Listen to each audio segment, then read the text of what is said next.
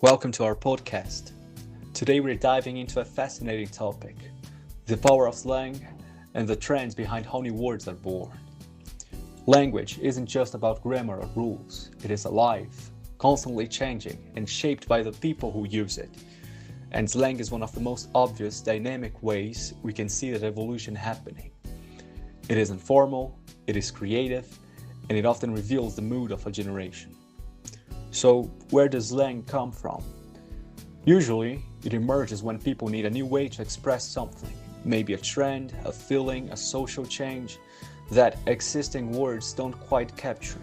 Sometimes it is serious, sometimes it's just for fun, but it always tells us something about the culture it comes from. A great example is simp. Originally short for simpleton, it got redefined online to mean someone who's overly attentive or affectionate, usually in a way that seems desperate or self-sacrificing, especially towards someone they are attracted to. It is a loaded term, and while it can be funny, it also says a lot about how we talk about relationships, power, and attention online. Another good example is clapback. It started in African American vernacular English and gained traction through hip-hop before blowing up online. A clapback is basically a sharp, witty comeback, the kind of response you post when someone tries to drag you and you're not about to stay quiet. It is all about confidence, timing, and holding your ground in a public space. Words like these don't just describe something, they reflect deeper social behavior. They show us how people interact, what they value, and what they reject.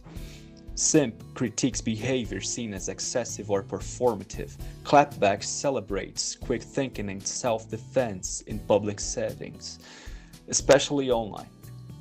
Slang is also about efficiency. In a fast-moving digital world, people want short, punchy language that communicates a lot in just one word. That's part of what gives slang its power. It's emotionally loaded, culturally specific, and easy to use. It also is about identity. It builds community. When someone uses a slang word correctly, they're signaling that they are part of a certain age group, subculture, or online community.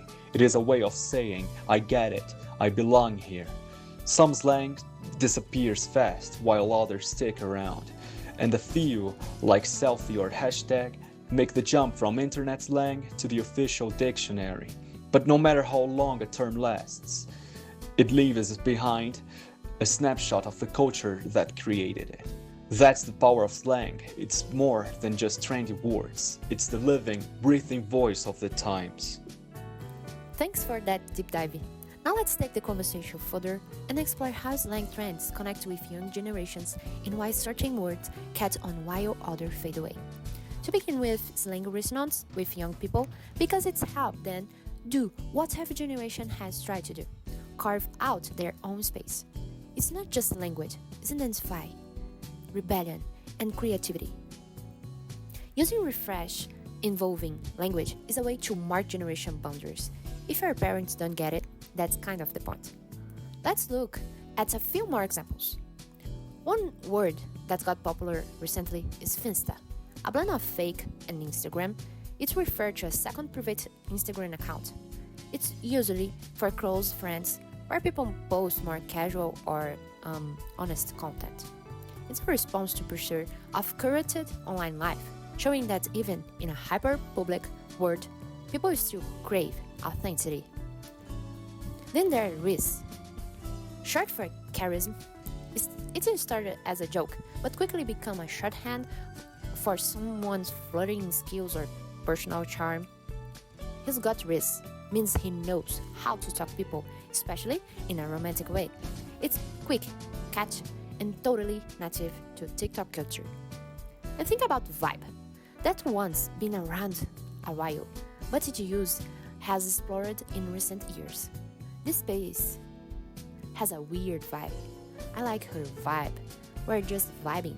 It's gone from a now to a whole feeling, a way of reading a situation without having to explain much. So what do these terms all have in common? They reflect the way young people communicate, fast, fluid, and imagine driving. They don't just say what's happened, they say how it feels. Their emotional shorthand. That's part of why they spread so quickly. They express moods, attitudes, and inside jokes in a flash. And in the age of social media, slang doesn't just stay local. A term that starts in one city, one group chart, or one TikTok can become global in a week.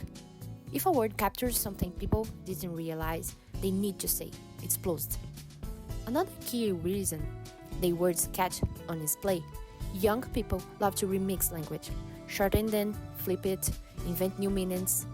Slang is a playground for experimentation. And when a word feels good to say, looks good in a caption, or lands in a meme, it's good serious staying power. Of course, not every slang term make it. Some burn out fast, or get overshadowed, or get co-opted by brands and lose their cool. But even those words mattered for a moment. They told us something about how people were thinking, feeling, and expressing themselves in that slides of time. So next time you heard a new slang term, instead of brushing it off, ask what it's saying about the word right now. Thanks for listening.